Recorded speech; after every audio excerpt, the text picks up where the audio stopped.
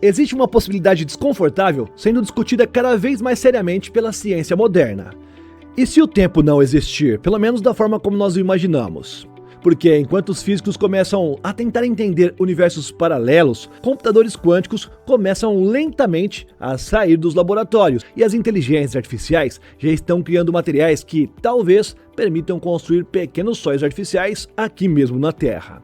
Ao mesmo tempo, neurônios artificiais começam a conversar com cérebros vivos e os robôs humanoides, meus amigos, dão mais um passo para dentro da vida humana. Talvez a realidade, que já é impressionante, talvez esteja prestes a se tornar muito mais estranha do que a ficção científica tem nos mostrado há alguns anos aí.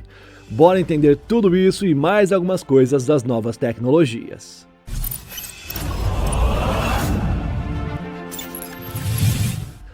Olá, impressionado e impressionada. Eu sou o Carlos Alves, aqui tá um frio do caramba e você está no Realidade Impressionante. E se eu te dissesse que o agora talvez não exista? Para a parte da física moderna, passado, presente e o futuro podem estar acontecendo simultaneamente em uma espécie de bloco eterno. Albert Einstein já dizia que a distinção entre passado, presente e futuro é apenas uma ilusão teimosamente persistente. Mas em 2026, essa discussão deixou de ser apenas filosófica. Entre chips quânticos do Google, cristais de tempo e cientistas tentando enviar informações ao passado, a ciência começa, de forma bem lenta ainda, a admitir algo desconfortável. Talvez o tempo não seja exatamente aquilo que nós imaginamos. Talvez ele seja uma construção da mente e nós estejamos aprendendo a manipulá-lo. Mas então surge uma pergunta que é inevitável. Por que percebemos o tempo de forma linear, como se fosse uma linha retinha? Cientistas como Robert Lanza, através da teoria de biocentrismo, defendem que o tempo não é algo que acontece lá fora, no universo, mas sim um processo ligado diretamente à consciência. Sem um observador, o universo existiria apenas como uma gigantesca sopa de probabilidades, onde tudo acontece ao mesmo tempo. E se isso for verdade, então a sensação de passado e futuro talvez seja apenas uma interface biológica criada pela mente humana para poder organizar a realidade. E é aqui que as coisas começam a cruzar a fronteira entre a filosofia e a tecnologia. Uma das experiências mais curiosas vem do Google Quantum AI, que recentemente voltou a chamar a atenção ao estudar os chamados cristais de tempo. A ideia parece absurda à primeira vista. Diferente de matéria comum, esses cristais conseguem oscilar continuamente sem consumir energia de forma tradicional. Em outras palavras, eles quebram algo que a física sempre tratou como algo quase que sagrado, a simetria do tempo. E isso não ficou apenas na teoria, ok? Em 2026, pesquisadores como Darryl Seligman e equipes de físicos em Ruski apresentaram simulações envolvendo duas dimensões temporais coexistindo simultaneamente. O objetivo dos caras, ao menos o que eles dizem, não é criar uma máquina do tempo cinematográfica, pelo menos por enquanto. A aposta real está na computação quântica. A hipótese é que futuros processadores possam explorar fenômenos de retrocausalidade, realizando certos cálculos de forma tão incomum que, na teoria, o resultado pareceria influenciar o próprio passado computacional do sistema. Eu sei, parece ficção científica, mas parte da física quântica já trabalha seriamente, com essas possibilidades matemáticas. E enquanto o Google explora o tempo no nível microscópico, um outro cientista tenta atacar o problema em uma escala muito maior. O físico Ronald Mallett, da Universidade de Connecticut, passou décadas trabalhando em uma possível máquina do tempo baseada diretamente nas equações da relatividade de Einstein. O experimento do cara envolve lasers circulando em um anel para tentar curvar o espaço-tempo através da própria luz. A lógica é relativamente simples, embora as consequências sejam absurdas. Segundo os cálculos de Mallett, se você consegue deformar o espaço intensamente o bastante, também pode deformar o fluxo temporal, criando uma espécie de loop. E o mais curioso é que Mallett não fala sobre necessariamente enviar pessoas ao passado. A primeira aplicação teórica seria muito mais modesta e ainda assim revolucionária, Transmitir informações para o passado, até o momento em que a máquina do tempo foi ativada. E se algo assim um dia realmente funcionar, a própria ideia de memória, casualidade e história precisará ser reescrita. E talvez tudo isso se conecte com uma das interações mais estranhas da física moderna, o chamado universo em bloco. Segundo essa visão, todos os momentos das nossas vidas já existem simultaneamente dentro de uma estrutura quadridimensional fixa. O passado não desapareceu, o futuro não foi criado ainda. Tudo simplesmente já está lá. Simplesmente é o jeito de falar, né? Cientistas como o Max Tegmark do MIT sugerem que a consciência humana funciona como um feixe de lanterna atravessando esse bloco aí. Nós iluminamos apenas um ponto por vez, criando a sensação de movimento temporal. E se essa interpretação estiver correta, viajar no tempo talvez não seja sobre construir máquinas capazes de mover o corpo entre as épocas. Talvez seja sobre alterar a percepção, consciência ou acesso informacional dentro de uma estrutura onde todos os momentos coexistem permanentemente. O futuro, nesse caso, não estaria chegando, ele já existiria. E no fim, meus amigos, talvez a ciência esteja lentamente descobrindo que o tempo não é o roteiro da realidade, mas apenas o palco onde a consciência interpreta a existência. E você, o que acha de tudo isso? Consegue imaginar um universo onde o ontem e o amanhã são apenas lugares diferentes dentro de uma mesma estrutura eterna? Talvez a pergunta mais importante não seja se o tempo existe, mas sim se fomos nós que aprendemos a enxergá-lo dessa forma. E por falar em tudo isso, tem uma consciência que justamente agora a computação quântica esteja começando a sair dos laboratórios experimentais para entrar no nosso mundo real. Uma coincidência, hein? E se cada decisão da sua vida criasse uma nova versão de você mesmo em um outro universo? Não como metáfora, tá? Também não é loucura não, mas sim como uma consequência real da física quântica. Sim, eu sei que isso aí parece um roteiro de ficção científica como nós falamos na outra matéria, mas é justamente essa ideia defendida pelo físico de Oxford, Vlatko Vedral. Segundo ele, a interpretação popular sobre o chamado efeito do observador pode estar completamente errada. E talvez a consciência humana não tenha nenhum poder especial sobre a realidade. Durante décadas, muita gente interpretou a mecânica quântica da seguinte forma: partículas existem em múltiplos estados ao mesmo tempo até que alguém a observe. Nesse momento, a realidade, entre aspas, escolheria um único resultado. Foi aí que surgiram várias ideias, algumas quase místicas, sobre a consciência criando o universo. Mas Vedral argumenta que a física não aponta exatamente para esse lado aí. Segundo ele, o colapso quântico não acontece porque uma mente consciente observou algo. Ele acontece porque houve interação física. Segundo ele, qualquer interação. Um exemplo simples que ele deu ajuda a entender isso. Imagine um fóton atingindo seus óculos. Esse fóton pode atravessar a lente ou refletir nela dependendo de várias condições quânticas. Só que ele não fica, entre aspas, esperando você perceber o resultado para decidir o que fazer. A interação já aconteceu antes mesmo da sua consciência entrar na história. Mas aí vem a parte realmente estranha de tudo isso. Segundo Vedral, o, entre aspas, você que recebeu aquele fóton não é exatamente o mesmo você que não recebeu. Em algum nível quântico, essas probabilidades continuariam existindo simultaneamente em caminhos diferentes da realidade. E quando você expande isso aí para todas as interações microscópicas que acontecem a cada segundo, a ideia fica quase que impossível de imaginar. Mas vamos tentar, vamos lá. Cada escolha, cada movimento, cada partícula interagindo com outra poderia assim gerar pequenas bifurcações constantes, não necessariamente criando universos cinematográficos totalmente diferentes, mas versões ligeiramente distintas da realidade que estariam surgindo o tempo inteiro. É como se a existência estivesse constantemente se ramificando em infinitas possibilidades paralelas. Sim, basicamente o que ele diz é que versões suas e minhas poderiam estar existindo em universos paralelos e poderiam influenciar a nossa realidade aqui nesse mundo. E talvez o mais desconfortável de tudo isso seja perceber que nessa interpretação você não seria exatamente o centro da realidade. Você seria apenas uma das inúmeras versões possíveis atravessando uma sequência específica de eventos quânticos. Vedral compara isso de certa forma ao famoso experimento do gato de Schrödinger. Enquanto não há interação suficiente para redefinir o estado, múltiplas possibilidades coexistem ao mesmo tempo. A diferença é que, nesse caso, o gato também seria você.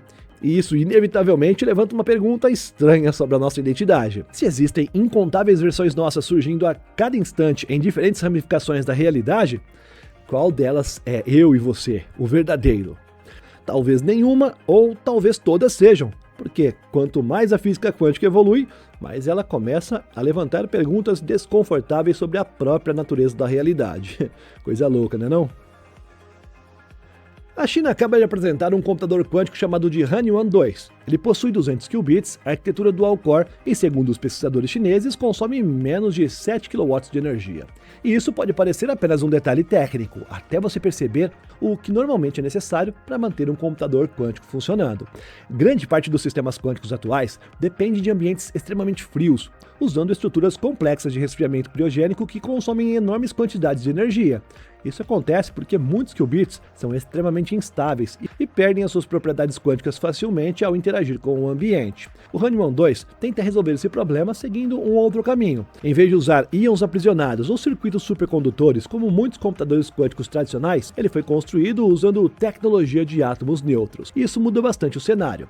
Como esses átomos não possuem carga elétrica, o sistema se torna mais eficiente energeticamente e exige muito menos infraestrutura externa de resfriamento. Segundo os desenvolvedores, a máquina consegue operar usando apenas um sistema relativamente compacto de resfriamento a laser. E talvez a parte mais interessante esteja justamente na arquitetura dual-core. Na prática, o Hahnemann 2 funciona como dois processadores quânticos interligados trabalhando simultaneamente.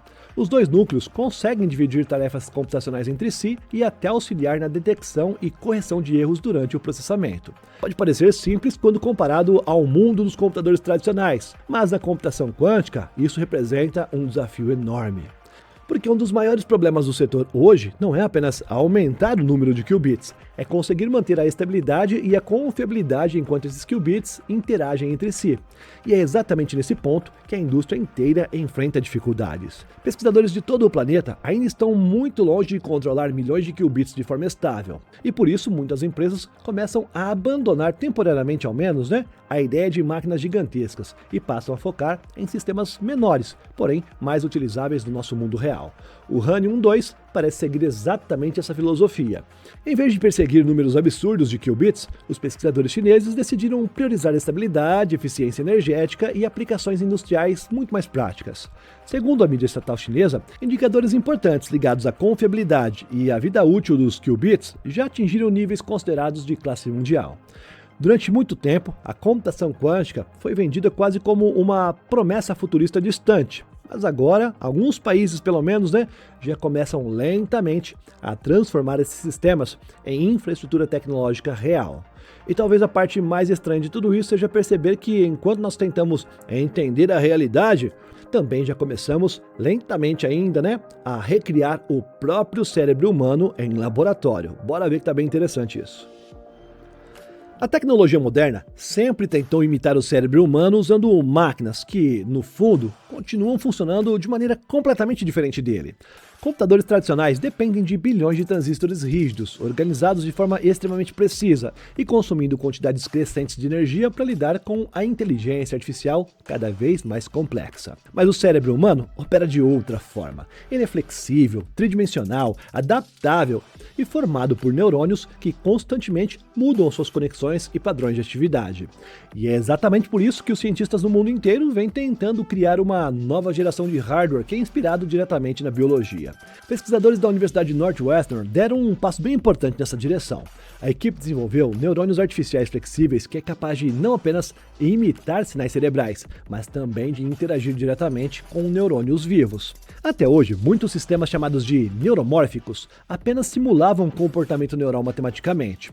O que esses pesquisadores fizeram agora foi criar dispositivos físicos que são capazes de produzir impulsos elétricos extremamente semelhantes aos sinais reais usados pelo cérebro humano. E os testes ficaram ainda mais impressionantes quando os cientistas conectaram esses neurônios artificiais ao tecido cerebral vivo de camundongos. Os sinais gerados artificialmente conseguiram ativar circuitos neurais reais. Na prática, células biológicas responderam aos impulsos criados pela máquina. E o mais interessante é a forma como tudo isso foi construído. Em vez de utilizar os tradicionais chips rígidos de silício, os pesquisadores desenvolveram tintas eletrônicas feitas de materiais como grafeno e de sulfeto de molibdênio. Usando impressão por aerossol, eles depositaram esses materiais sobre as superfícies flexíveis para criar dispositivos muito mais próximos da arquitetura orgânica do cérebro. E o resultado foi algo bastante incomum: neurônios artificiais capazes de produzir diferentes padrões de disparo, rajadas e sinais contínuos semelhantes aos aos observados em sistemas biológicos reais. Isso não apenas aproxima a eletrônica e o cérebro, como também pode mudar a própria forma como nós pensamos a computação. Porque hoje a inteligência artificial enfrenta um problema crescente de consumo energético. Quanto mais dados os modelos processam, maior se torna a necessidade de energia, servidores e infraestrutura computacional gigantesca. O cérebro humano, por um outro lado, opera consumindo algo equivalente a uma lâmpada bem fraquinha. Então existe sim uma corrida silenciosa para criar sistemas computacionais mais parecidos com as redes neurais biológicas reais, que seriam capazes de aprender e processar informações de forma muito mais eficiente. Só que a inteligência artificial sozinha já não parece suficiente. O desafio agora é fazer as máquinas existirem usando inteligência artificial de forma natural dentro do nosso mundo físico. A Figure AI apresentou recentemente a sua nova demonstração do sistema Helix 02. Pela primeira vez, 2 humanoides Figure 03 foram mostrados reorganizando um quarto inteirinho de forma autônoma e coordenada, segundo a empresa. E o mais impressionante não é a arrumação em si, mas a forma como ela acontece. Normalmente, sistemas com múltiplos robôs dependem de algum tipo de controlador centralizado dizendo exatamente o que cada máquina deve fazer. Um servidor distribui as tarefas, sincroniza movimentos e evita conflitos.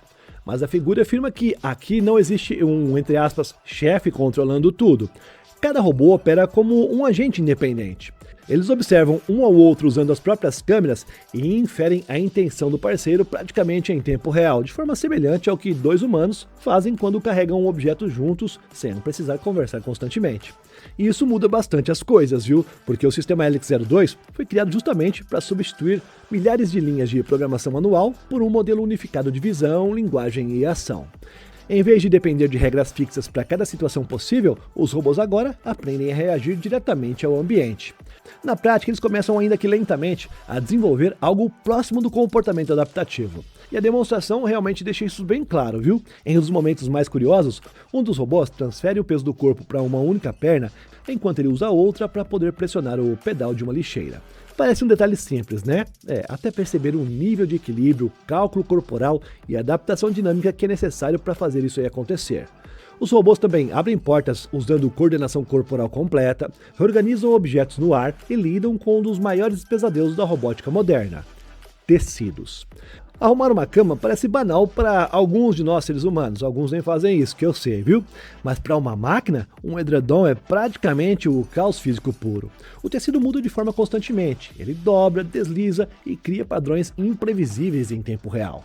Então os robôs precisam recalcular continuamente tensão, posição e movimento. Tudo isso enquanto eles juntos manipulam o material. E talvez seja justamente aí que a demonstração fique realmente bem importante. Porque durante vários anos, a indústria da robótica focou principalmente em ambientes industriais que são altamente controlados. Fábricas organizadas, objetos padronizados e tarefas repetitivas. Só que uma casa comum é completamente diferente. Ela é imprevisível, é desorganizada em muitos casos e cheia de pequenas situações ambíguas que humanos resolvem sem pensar nem um pouquinho. E ensinar as máquinas a sobreviver nesse caos doméstico talvez seja um dos maiores desafios da inteligência artificial física. A própria Figure já fala abertamente sobre transformar esses robôs humanoides em produtos domésticos alugados mensalmente, quase como um carro por assinatura. A ideia seria oferecer assistência contínua dentro de casa durante 24 horas por dia. Mas mesmo o Brett Adcock, o CEO da empresa, admite que ainda supervisiona esses robôs perto dos seus próprios filhos enquanto a tecnologia está evoluindo. E isso diz muito sobre o momento atual da robótica.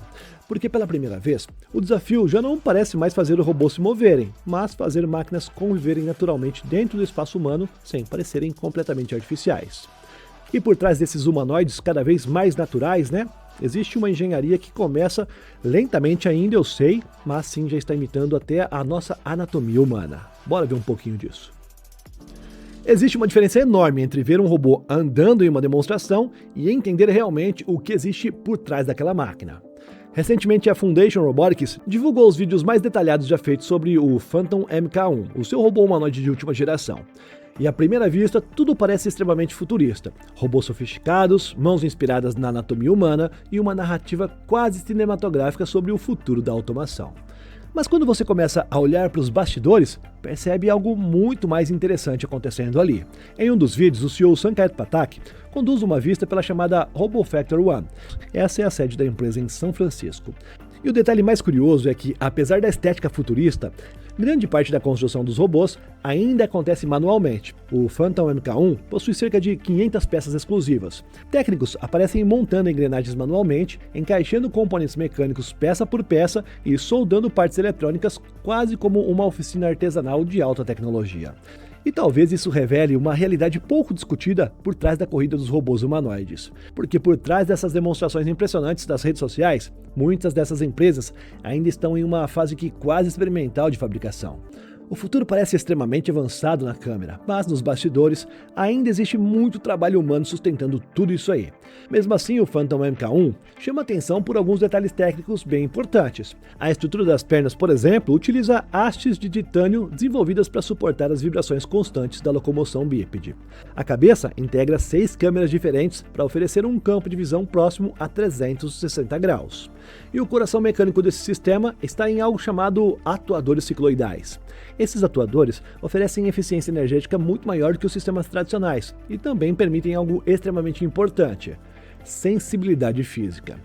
Em outras palavras, meus amigos, esse robô consegue sim, entre aspas, sentir forças extremas de maneira muito mais precisa, tornando assim o movimento e as interações mais naturais e seguras, segundo a empresa. Mas a parte mais fascinante, ao menos na minha opinião, está nas mãos. O projeto utiliza tendões artificiais inspirados diretamente na musculatura humana. Em vez de colocar motores dentro dos dedos, os atuadores ficam no antebraço, puxando os tendões internos exatamente como acontece no corpo humano. A Foundation Robotics afirma que pretende produzir milhares desses robôs já em 2026. Mas talvez a maior transformação tecnológica da nossa era não esteja apenas nos robôs, e sim na tentativa de construir uma civilização que seria capaz de dominar as novas formas de energia. E essa é bem importante. Bora ver. Existe um problema silencioso impedindo a energia de fusão nuclear de se tornar uma realidade em larga escala. E, curiosamente, ela não está exatamente na física da fusão, mas nos materiais. Porque criar um, entre aspas, pequeno sol artificial dentro de um reator significa expor metais a temperaturas absurdas, além também de radiação extrema e estresse contínuo durante anos. Mas agora cientistas do Laboratório Nacional de Ames, nos Estados Unidos, acreditam ter encontrado uma nova forma de acelerar drasticamente essa busca. E ela envolve, claro, inteligência artificial. A equipe desenvolveu uma ferramenta chamada de DuctGPT, uma inteligência artificial projetada especificamente para descobrir novas ligas metálicas para reatores de fusão nuclear. E segundo os pesquisadores, o sistema consegue reduzir um processo que normalmente levaria meses para apenas algumas horas. Os pesquisadores simplesmente descrevem em linguagem comum o tipo de material que eles desejam, algo como, por exemplo, quero uma liga resistente a altas temperaturas com uma boa ductilidade e adequada para reatores de fusão. A inteligência artificial, em apenas alguns segundos, analisa milhares de combinações possíveis de elementos químicos. Isso pode acabar mudando muito mais do que apenas a fusão nuclear, porque no momento em que a inteligência artificial começa a descobrir novos materiais praticamente sozinha, ela deixa de apenas analisar o conhecimento humano e passa agora a participar diretamente da construção tecnológica da nossa civilização. E aí, se gostou desse episódio, já deixa o seu like e confere a sua inscrição, tá? Às vezes a plataforma pode excluir por algum motivo ou outro. Obrigado por me acompanhar até aqui. Clica em uma das 2 sugestões que estão na tua tela, que nós nos vemos no próximo. É só clicar, tá bom? Valeu, tchau, tchau e até daqui a pouquinho. Te espero lá. Clica aí.